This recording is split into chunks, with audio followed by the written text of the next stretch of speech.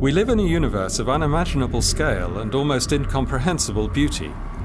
How is the light from stars, galaxies and nebulae fashioned into the spectacular images that have so inspired us over the years?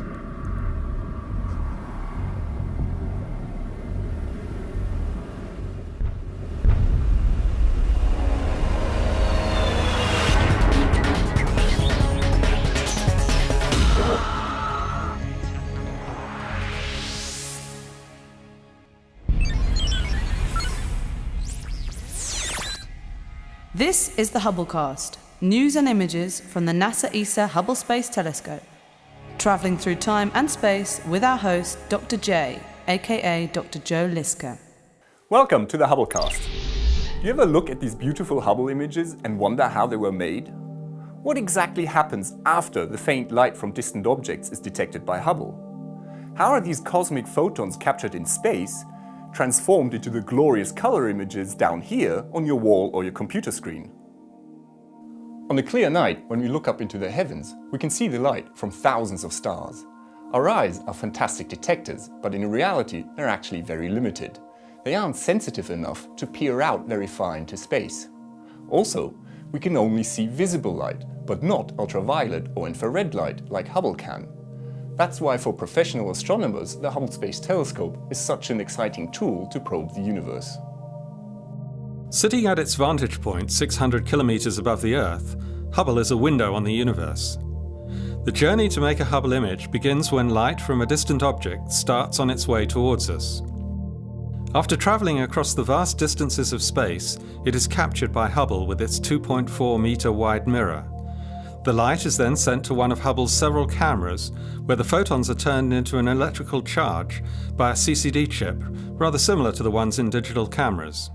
The advanced camera for surveys, for example, contains over 16 million picture elements or pixels. These act as miniature buckets to collect the light. The camera then reads out how much light has been captured in each bucket, the charge within each of the pixels, and outputs an image. This readout is then beamed back to the Earth as a series of encoded numbers that are stored in archives in the US and Europe. Hubble's cameras image the universe through different filters, like this one. These select specific wavelengths of light that are characteristic of different physical processes which may be going on in different parts of distant galaxies and nebulae.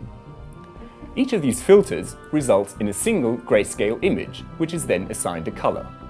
This color is usually chosen to more or less correspond to the actual color of the filter, although this is not always true.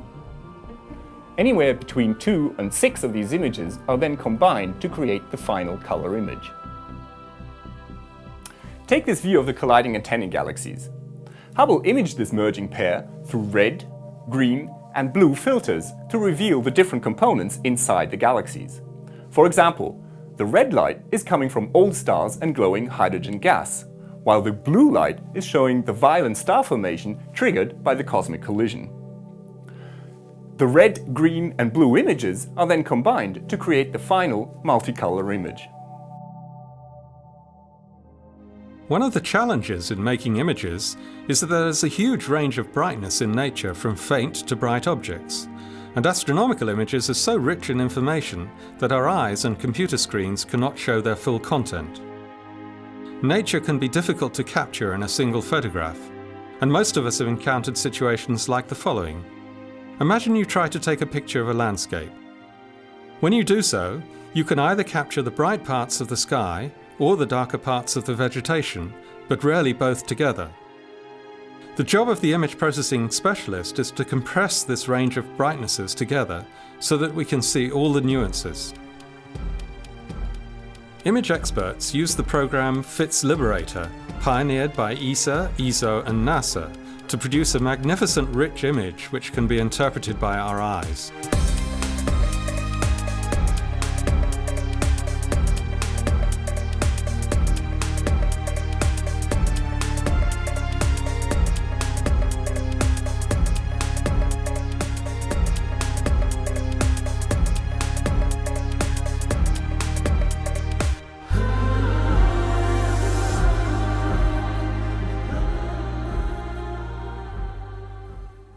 But is this what we would see with our eyes if we could look through Hubble?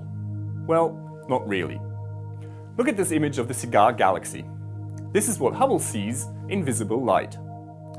Our eyes aren't actually sensitive enough to be able to detect the faint light from this distant object, even when looking through a telescope. The reason why Hubble's instruments can do it is because they can gather and add up the light over an extended period of time, which is something our eyes can't do. Furthermore, some telescopes can see wavelengths that we can't see with our eyes. This multi-wavelength view shows us much more than our eyes, or any one telescope, can see. Parts of this image were made with the Chandra X-ray Observatory in X-rays, and part with the Spitzer Space Telescope in infrared light. In this episode, we have seen how the images that have amazed and intrigued us are created. You too can have a go at making your own images. Just Google for Fitz Liberator. This is Dr. J, signing off for the Hubblecast. Once again, nature has surprised us beyond our wildest imagination.